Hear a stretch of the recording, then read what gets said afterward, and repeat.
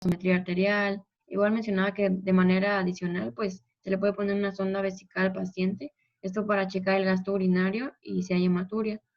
En cuanto a la sonda gástrica, pues esto es para descomprimir la distensión gástrica y también muestra si hay evidencia de sangrado.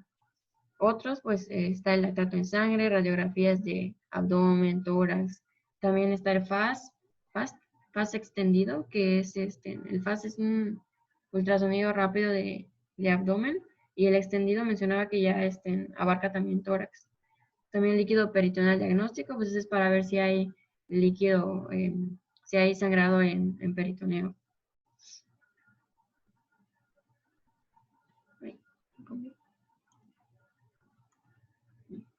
Igual mencionaba la necesidad de traslado, que esto ya es una vez que el paciente esté estable, entonces si pues, se va a trasladar al paciente, los médicos se tienen que comunicar, o sea, qué le hicieron, qué le pasó y así. Y pues durante el traslado en el hospital se tiene que monitorear al paciente. Ahora sí, ya en cuanto a la revisión secundaria, aquí se va a incluir lo que es la anamnesis y la exploración física. La anamnesis, pues se toma igual un algoritmo que se llama amplia, el A de alergias, M de medicamentos, P de patología previa, L de libación, que es la última ingesta de líquido, y también la última comida, y la A de ambiente relacionado con la lesión y mecanismo lesional, o sea, dónde pasó, cómo le pasó, si fue trauma directo, en bisagra y así, ¿no? Caída. Ahora ya entrando a la exploración física, aquí vamos a checar al paciente, explorarlo de la cabeza hasta los pies completo, para que no pasen desapercibidas las lesiones. En cuanto a la cabeza, pues se tiene que volver a evaluar lo que es el nivel de conciencia. También tenemos que inspeccionar, palpar si hay heridas, erosiones, alguna deformidad, hundimientos en cabeza o puntos dolorosos o si tiene cuerpos extraños. También debemos de checar la salida de líquido cefalorraquídeo o signos que nos indiquen que tiene fractura en la base del cráneo. Por ejemplo, estos otorragia, otorrea, rinolicorrea, que es la salida de líquido cefalorraquídeo por la nariz, hemotímpano, hematoma periorbicular, como se ve en la foto. Recuerdo que igual le decían ojos de mapache. Y también hematoma retroauricular, como se ve en la foto de abajo. Es importante que si el paciente tiene cuerpos extraños incrustados en la cavidad craneal, no se le extraigan hasta que venga en neurocirugía a evaluar al paciente. Y también no hacer una presión innecesaria en las fracturas que estén abiertas. Si no se necesita, pues, ¿para qué no? En cuanto a la cara, también debemos de volver a evaluar lo que es la permeabilidad de la vía aérea, que es el punto A. Debemos de inspeccionar y palpar si hay fracturas maxilofaciales. Si el paciente tiene lentes de contacto, se los tenemos que retirar para poder hacer lo que es la valoración oftalmológica. Debemos de checar agudeza visual, reactividad pupilar, si hay presencia de un trauma directo como en la foto, motilidad extraocular o presencia de un cuerpo extraño. Perdón, el cuerpo extraño de la foto. Y también en cuanto a la cavidad orofaringia, pues hacerle una limpieza exhaustiva al paciente. En cuanto al cuello, pues aquí tenemos que si tiene collarín, pues retirárselo y explorar, pero siempre manteniendo el eje cabeza, cabeza, cuello, tórax para evitar, o sea, pensando que tenga una lesión cervical, entonces siempre tratando de tener inmóvil en esa parte del paciente. Y se va a sospechar de una lesión cervical si el trauma es arriba de la clavícula, si hay alguna inconsistencia o que el paciente tenga un dolor cervical espontáneo o al momento de palparlo, pues que le duela, ¿no? O si fue un accidente de alta energía. También se tiene que hacerlo de inspección, palpación, auscultación, buscando ingurgitación yugular, alguna deformidad o que se haya desviado la tráquea, heridas, soplos carotidios, enfisema subcutáneo. En cuanto al tórax, se tiene que volver a evaluar el paso B, que es de respiración y ventilación. Vamos a inspeccionar la frecuencia, qué frecuencia respiratoria tiene, si los movimientos torácicos están presentes, si hay simetría, deformidades, si el paciente está usando la musculatura accesoria, si hay heridas, hematomas. También tenemos que palpar si tiene puntos dolorosos, tenemos que checar costillas, clavícula, esternón, si hay alguna fractura, enfisema subcutáneo y también auscultar al paciente, que es parte de la exploración. Y si tiene un cuerpo extraño, no se le extrae hasta que el paciente llegue a quirófano. En cuanto al abdomen, aquí se vuelve a checar lo que es el paso C de circulación. Tenemos que inspeccionar igual los signos externos de lesión, tenemos que checar perímetro abdominal, si hay distensión abdominal, tenemos que realizar palpación, percusión en los puntos dolorosos o si la palpación, o sea, la descompresión le duele al paciente, si hay heridas, también auscultar el abdomen. Y vuelvo a repetir, si hay algún cuerpo extraño en abdomen, no se extrae hasta que el paciente vaya a quirófano. En cuanto a la pelvis, recto y genitales, aquí mencionaba que se tiene que valorar la inestabilidad de la pelvis. Estaba leyendo y hay dos maniobras. Está la maniobra de compresión-distracción y la de empuje-tracción.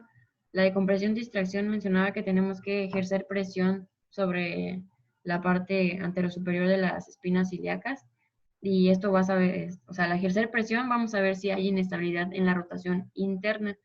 Y en cuanto al empuje-tracción, como se observa en la imagen, es de manera lateral, como se ve aquí. Eso es para valorar la inestabilidad de la rotación externa. Mencionaba que es muy importante que solo se haga una vez, porque si no se puede inestabilizar el hematoma y entonces el paciente comience a sangrar y pues empeorar la situación, ¿no? Entonces por eso solo una vez. También tenemos que inspeccionar si hay heridas, equimosis en periné, hematoma escrotal, sangre inmediata uretral. También mencionaba el tacto rectal para valorar la próstata, o sea, cómo está. Y el tacto vaginal si hay evidencia de sangrado o si hay sangrado. Tenemos de detectar si hay fractura de pelvis o lesiones rectales, vesicales, uretrales, vaginales.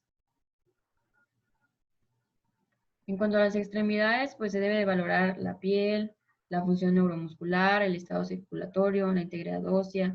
También tenemos que detectar si hay fracturas en huesos largos, fractura de fémures, síndrome compartimental, compromiso vascular o lesión nerviosa. En cuanto al compromiso vascular, mencionaba que es una emergencia médica y que la fractura abierta se tiene que desbridar en 6 horas.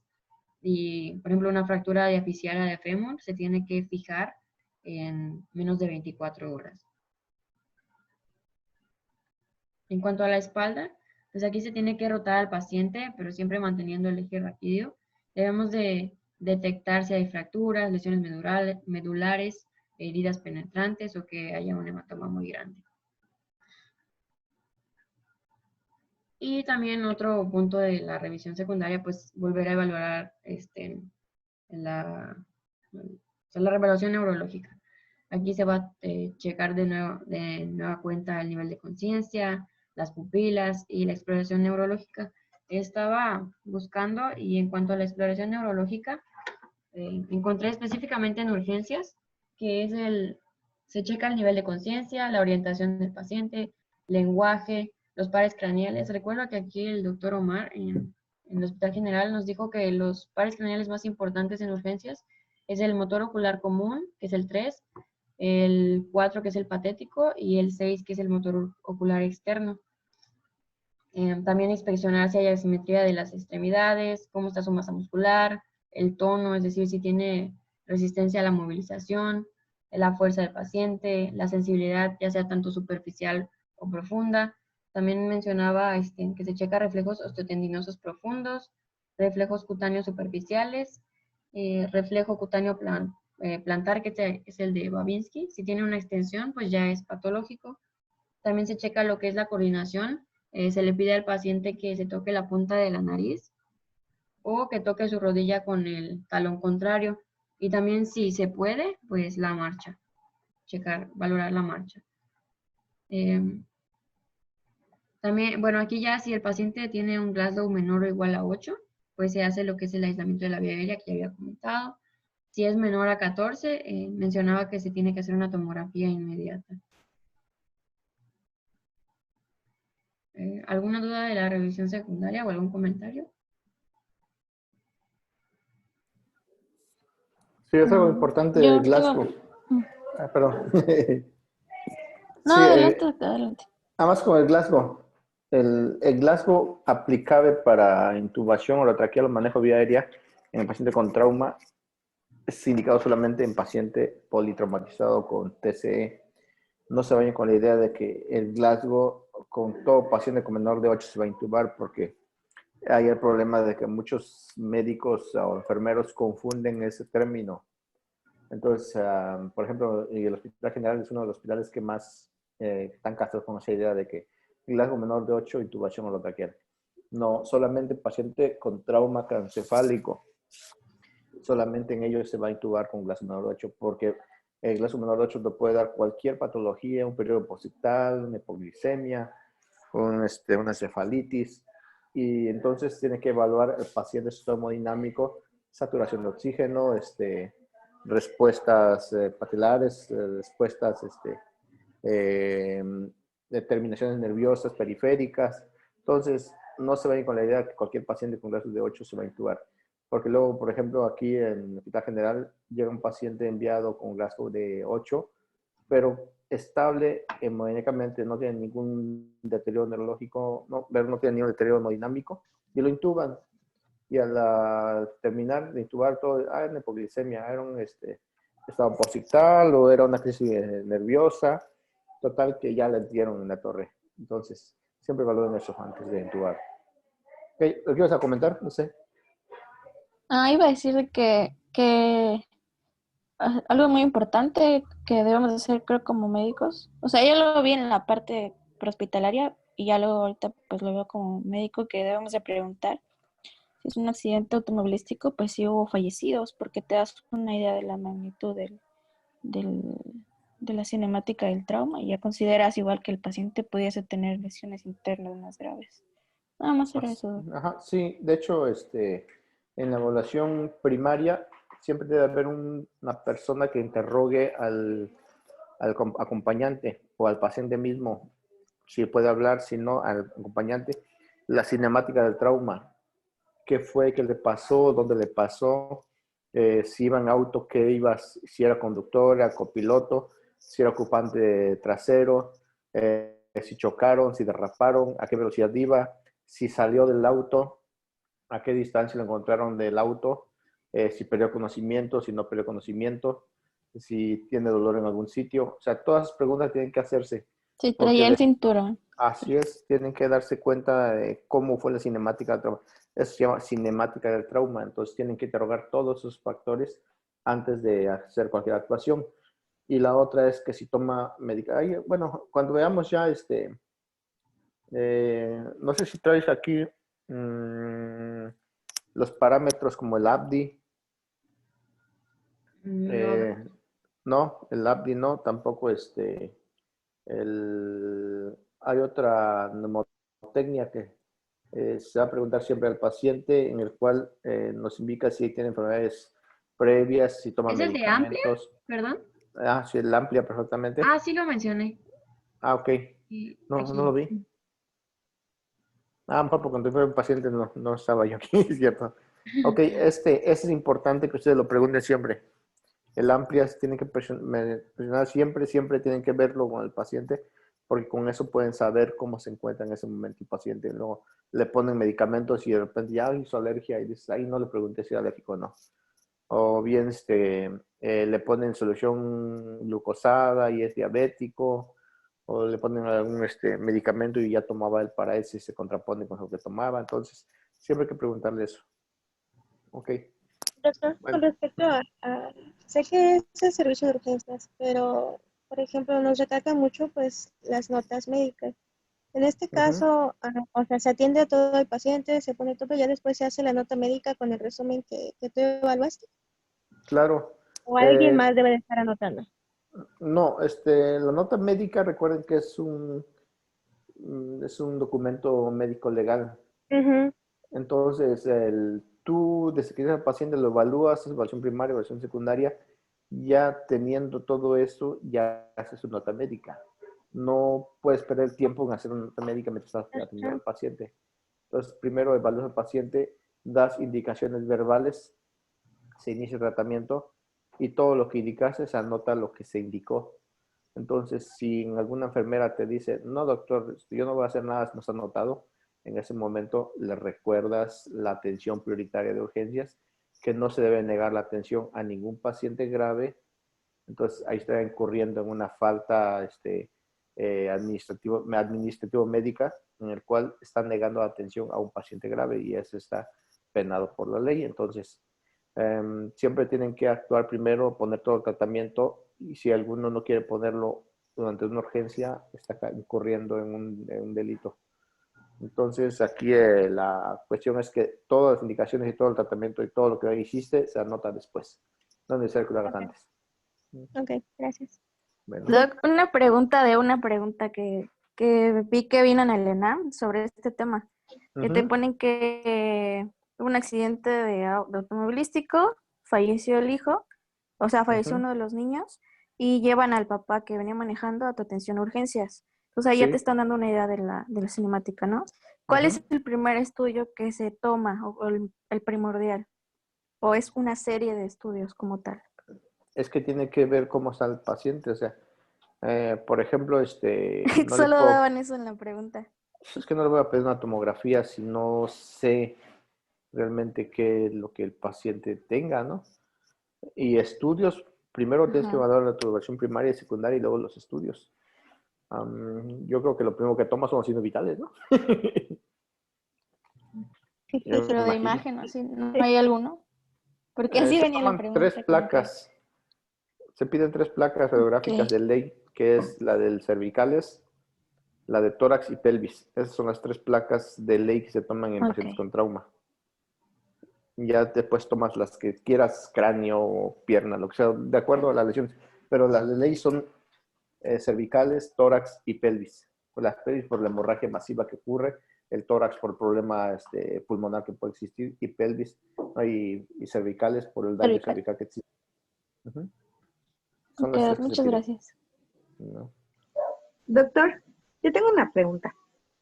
¿Usted cómo dividiría el TCE con la escala de Glasgow? En moderada, leve o grave, porque igual hay otra que es crítico, severo, moderado, medio y mínimo. Ok, no, la OMS lo divide todavía en leve, moderado y severo. Ok, Si no vamos a basar en la OMS. Pero ustedes pueden evaluar en cualquier escala que encuentren. Hay muchísimas. Hay la escala de ATLS, la escala de Glasgow, la escala de la OMS, la escala de Becker. Entonces, hay muchas clasificaciones para evaluar al paciente con TCE. Pero, o sea, la ocupen la que quieran, siempre y cuando la sepan y tenga relevancia. ok. Pero entonces, por ejemplo, menos de 8 sería moderado, leve, No, grave, severo. severo, ¿verdad? Grave. Sí, sí, Ok, grave, severo, sí, menos de 8. está bien. En trauma, sí. Bueno, gracias.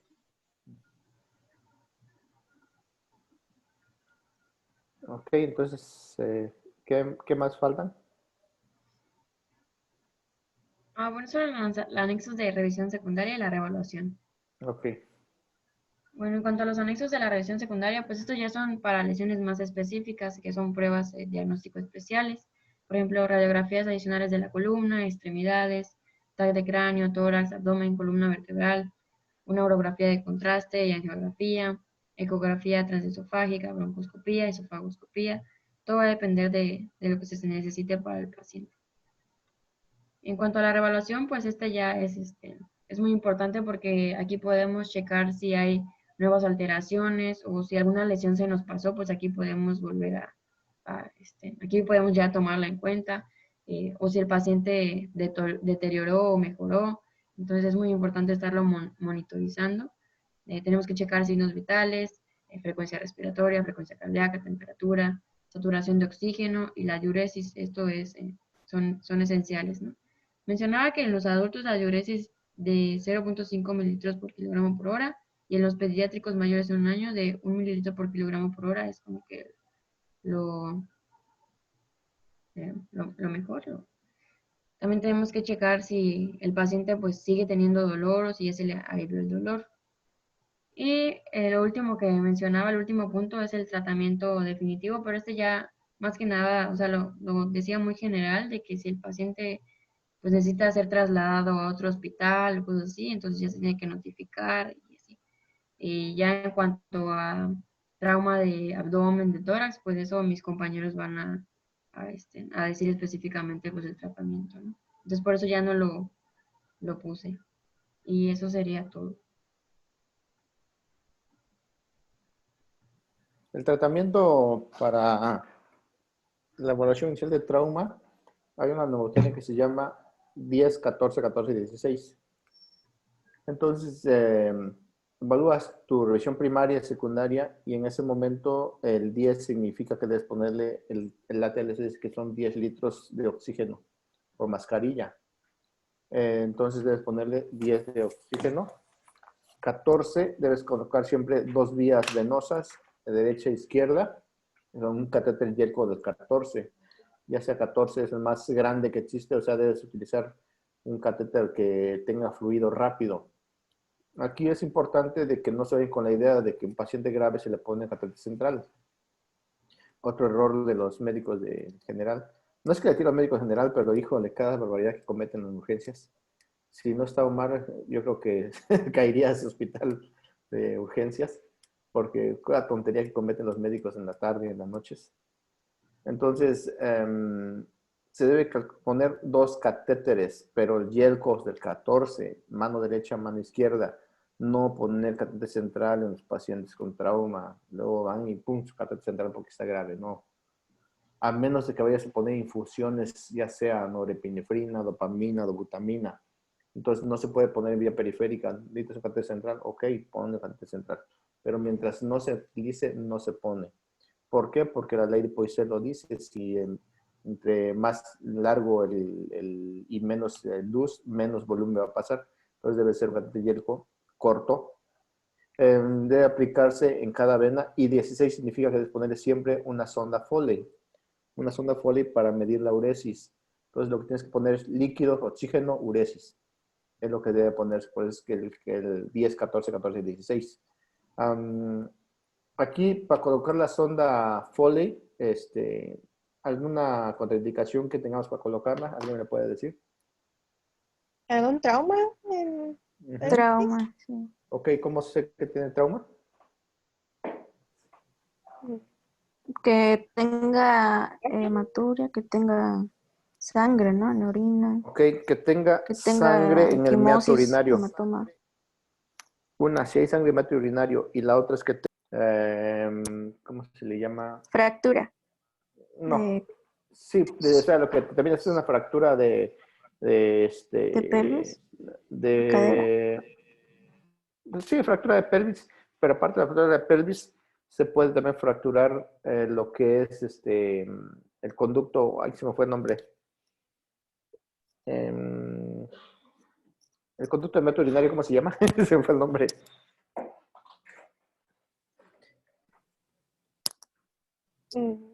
Ay, se me fue. ¿Cómo se llama? A ver, ustedes son anatomía apenas. La uretra.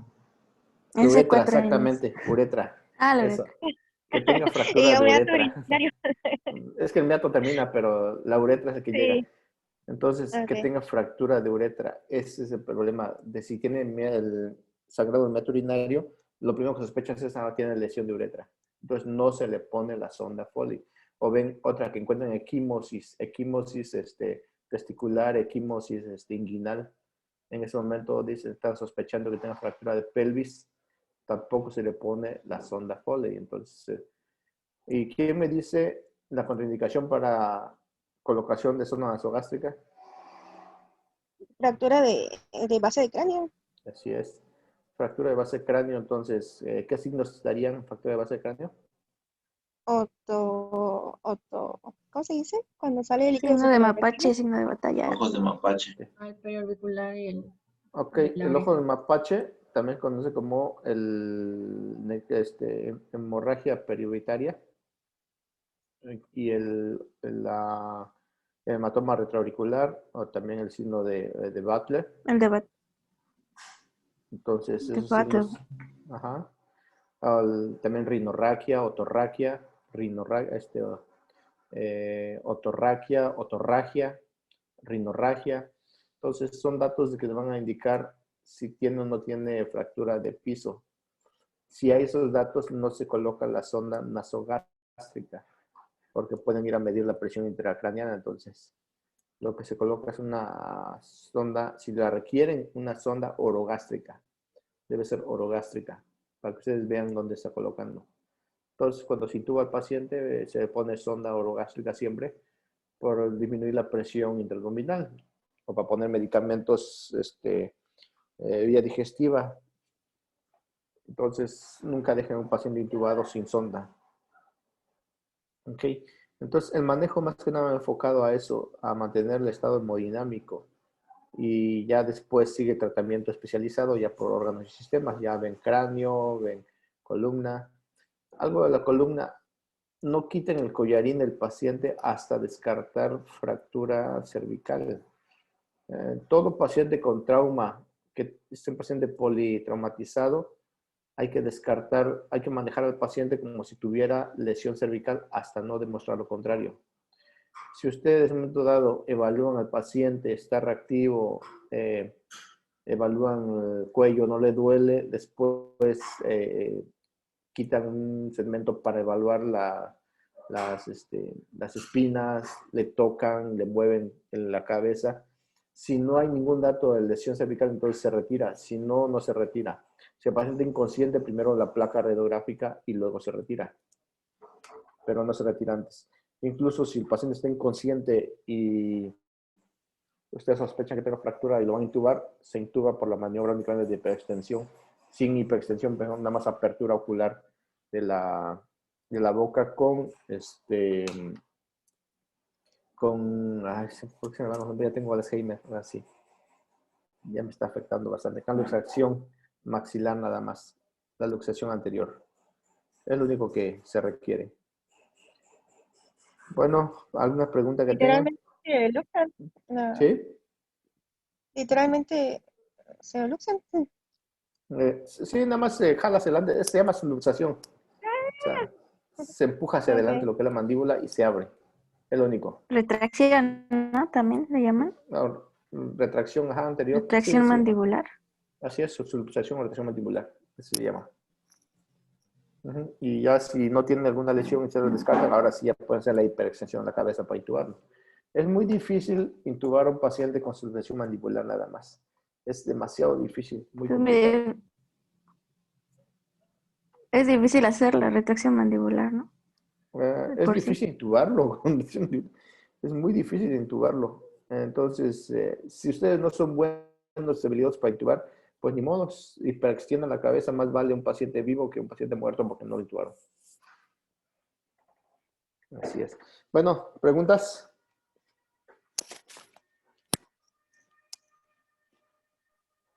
¿Ya no? Por ahorita no. Creo que no, gracias.